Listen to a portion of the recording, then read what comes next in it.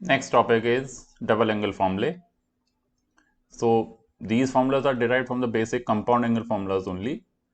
So let us say I have a formula of sine theta, sine A plus B. If I write sine A plus B, so this will be sine A cos B plus cos A sine B. Right? Now if I put angle A is equal to angle B, right? My LHS will become sine 2A, right? So sine 2A is sine A instead of this cos B, this will be cos A, and here it will be cos A and sine A,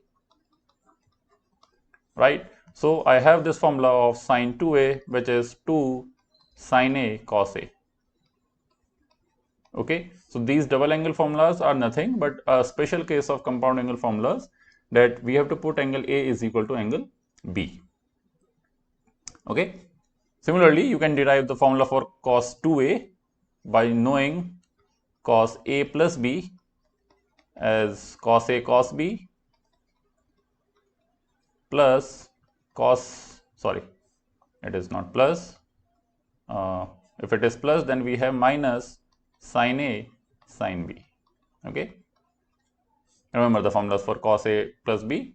If it is plus, here we have minus. Now I have to put A equal to B, so cos 2A will be, this is cos A, this is again cos A, that means this is cos square A, and here you will have sin square A, means sin A into sin A sin square A. Right? So this is one formula for cos 2A that you need to remember, cos square A minus sin square A. Then if I use the sin square A plus cos square A property or identity, the basic identity of sin square A and cos square A, so I can replace this sin square A with 1 minus cos square A, right? So the resultant you can say another formula for cos 2A will be, this is 2 cos square A minus 1. If I replace this sin square A with 1 minus cos square A, right? And again, if I replace this cos square A with 1 minus sin square A, I will get the third formula for cos 2A, which is 1 minus 2 sin square A. Okay, so all these three formulas you need to remember. Sometimes you will use cos square A and sin square A, and sometimes you will use 2 cos square A minus 1, and another times you will use 1 minus 2 sin square A. Both these three formulas are very, very important, especially the last two formulas, these. Okay, where we have to convert cos 2A into single cos A or single sin A, right? If any trigonometric identity involves cos 2A, then you might have that that identity has to be converted into just terms which contains single cos A or just sin A. Okay, and third formula is of tan 2A. Similarly, you can replace in the formula of tan A plus B, which is tan A plus B upon 1 minus tan square A, tan A into tan B, sorry. So if you replace A with B, you will get 2 tan A upon 1 minus tan square A. Okay, so these are just the special case for compound angle formulas. You need to just put A is equal to B. Okay, now one more thing you need to remember here, that if these are called the double angle formulas, or sometimes we also say that these are the half angle formulas, it depends on the context or the reference that you are talking about. So if I'm saying that this is sine 2A, right, and I'm calling this as a double angle formulas, double in the sense that on the RHS angles are just half of this double angle, right? So if this is 2A, so on RHS I have just angle A. Okay, this is just angle A, not 2A. So 2A is converted into A, right? See, so on the same pattern, if it is written as sine 4A, suppose, right? So on RHS, I have to halve the angle, right? So half of 4A will be twice of sine 2A and cos 2A. Okay, angle are just half, right? Similarly, if it is written sine, let us say 5A, and you have to convert into half angle formula, you may write this as twice of sine 5A by 2 into cos 5A by 2.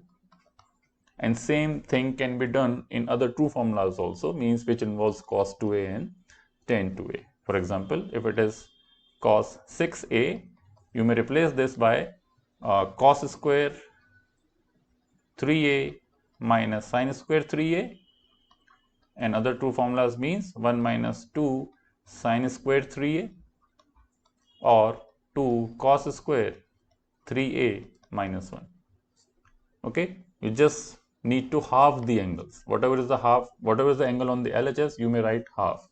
And on the same line, I may also write just sin a into half angle formulas like this, twice of sin a by 2 into cos a by 2.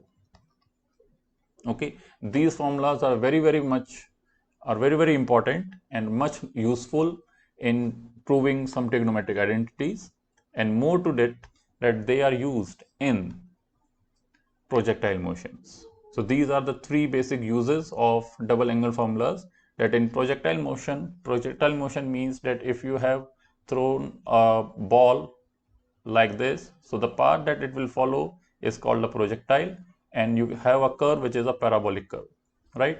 So if you are talking about this, so let us take this as a ground, right? And this is your y-axis. Ground may be regarded as the x-axis, okay? And this is y.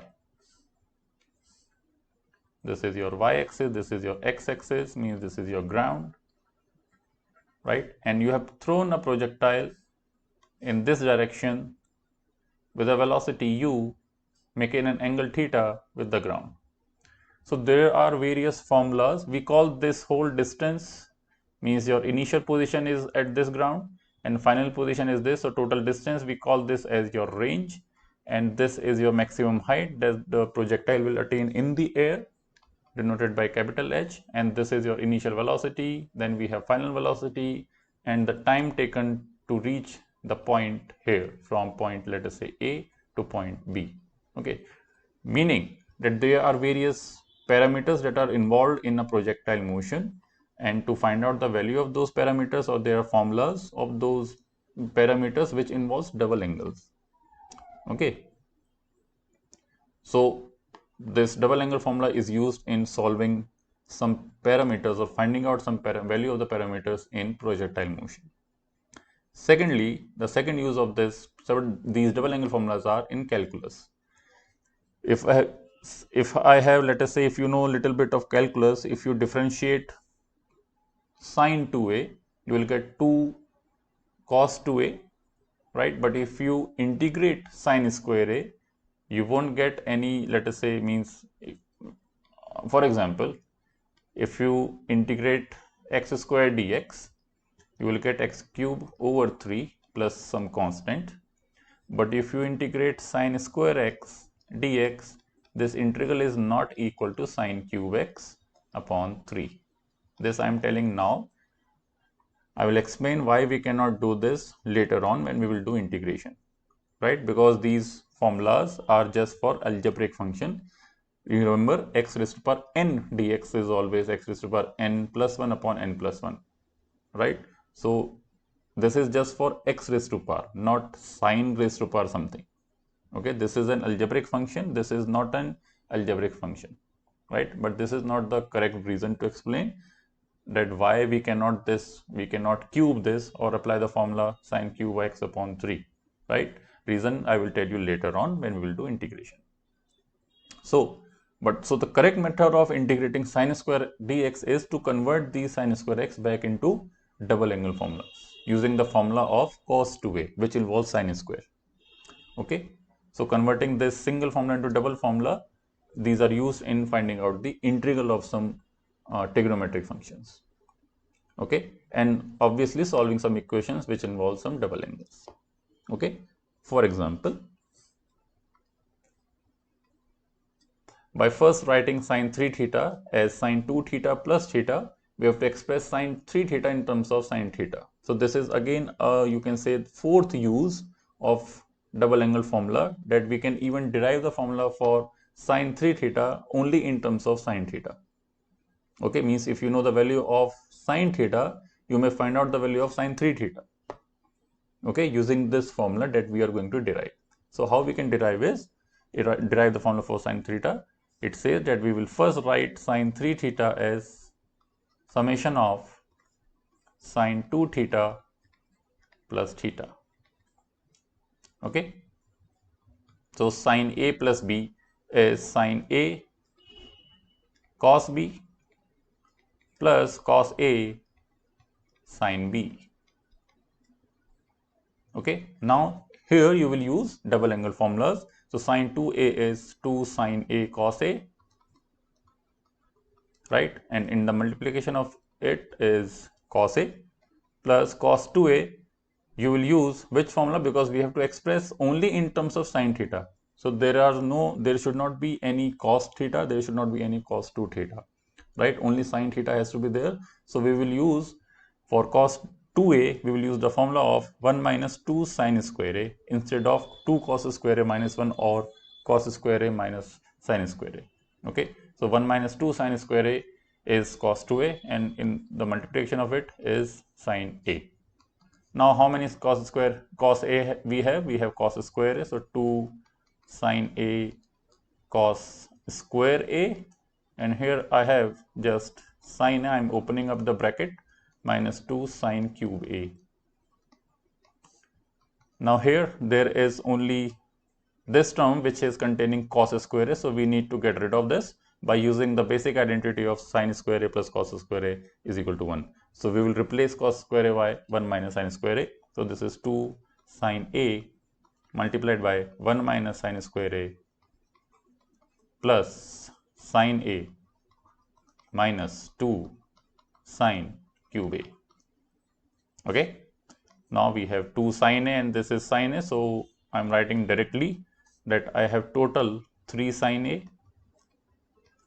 right? Here I have minus 2 sine cube a minus 2 sine cube a, that means total sine cube a are minus 4 sine cube a, right? So this is the formula for sine 3a, 3 sine a minus 4 sine cube a, right? On the same line, you may derive the formula for cos 3a also. So I am just writing as a homework, you can do this, that cos 3a can be written as 4 cos cube a. It is somehow similar to sine 3a, it is just that cos is replaced by sine and the terms are also replaced or interchanged. So 4 cos cube a minus 3 cos a. As you can see here, that cubic term in terms of cos 3a is first, but in sin 3a, cubic term is second term with the negative sign. Okay. Next. Now we have to solve this equation. This is the conversion of this. We may solve this equation, which is the second part, that sin 3 theta needs to be equal to sin theta. So this is our sin 3 theta. I can put this 3 sin a minus 4 sine cube a.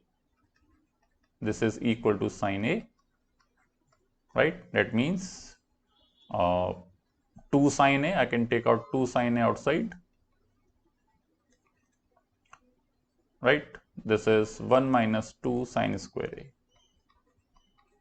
This is equal to 0. So I have here two roots, that sine a is equal to 0 or sine a will be equal to 1 by root 2 with plus minus, right? So here I have a as 0 and here a you will get as for plus 1 by root 2, I will get angle as 45 degrees.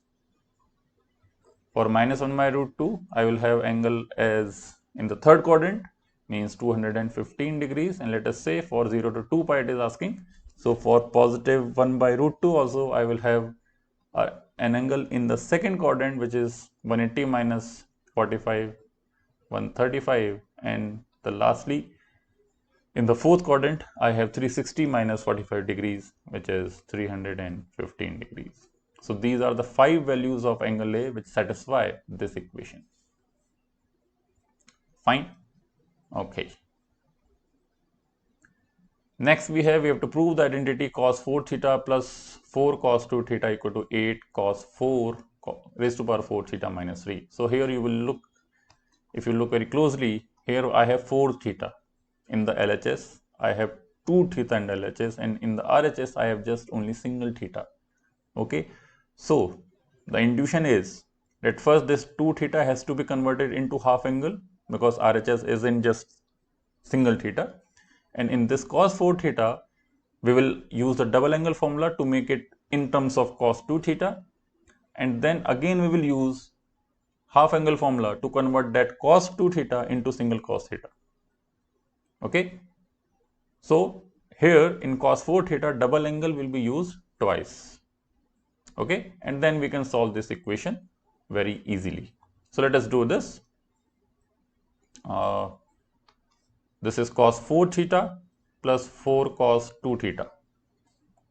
Cos 4 theta plus 4 cos 2 theta. Okay, in short I will just write c theta, okay, wherever applicable. So cos 4 theta will be used double angle formula, and all the formulas that you will use should involve cos only. Okay, so if you are using double angle formula for cos 4 theta, you will use 2 cos, angle will get half, so you will get 2 cos square 2 theta minus 1. That's second one formula. Plus 4 times 2 cos square theta minus 1.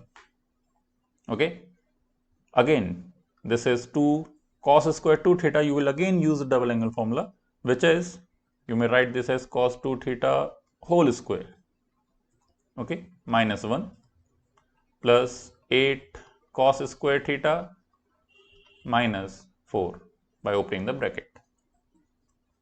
Now this is 2 cos 2 theta is, again you will use this formula, that 2 cos square theta minus 1 whole square minus 1 plus 8 cos square theta minus 4. I'm just writing c square theta. Okay, now you will use the identity that a minus b whole square is twice of a square, which is 4 cos raised to power 4 theta plus b square minus 2ab. So this will become minus 4 cos square theta. Okay, here I have just minus 5. I can add this minus 1 with minus 4 plus 8 cos square theta. Finally, you can open up the bracket. So you will get 8 cos raised to power 4 theta, right, plus 2, and this is minus 5. So constant term is minus 3. Okay, I hope I am getting the right answer. Then this 2 will be multiplied with minus 4 cos square theta. This is minus 8 cos square theta. This is plus 8 cos square theta. So you can cancel these out. This term will be cancelled with this after multiplying with 2. So I will remain with just minus 3. Okay, minus 5 plus 2 is minus 3. I think, yes. Excuse me. Okay, now I have to solve this equation. That means 8 cos raised to power 4 theta minus 3, this must be equal to 2. Means I can replace this term, which is in the LHS, with 8 cos raised to power 4 theta minus 3 equal to 2.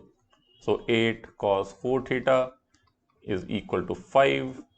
That means cos 4 theta is equal to 5 by 8. You may use your calculator, I don't have right now. So this will be cos theta is equal to 4th root of 5 by 8, and theta will be just cos inverse of whatever is the value of this 4th root of 5 by 8. Theta is defined between 0 to 360. So for, let us say, positive values, you will use first and fourth quadrant, and for negative values, you will use second and third quadrant. Okay.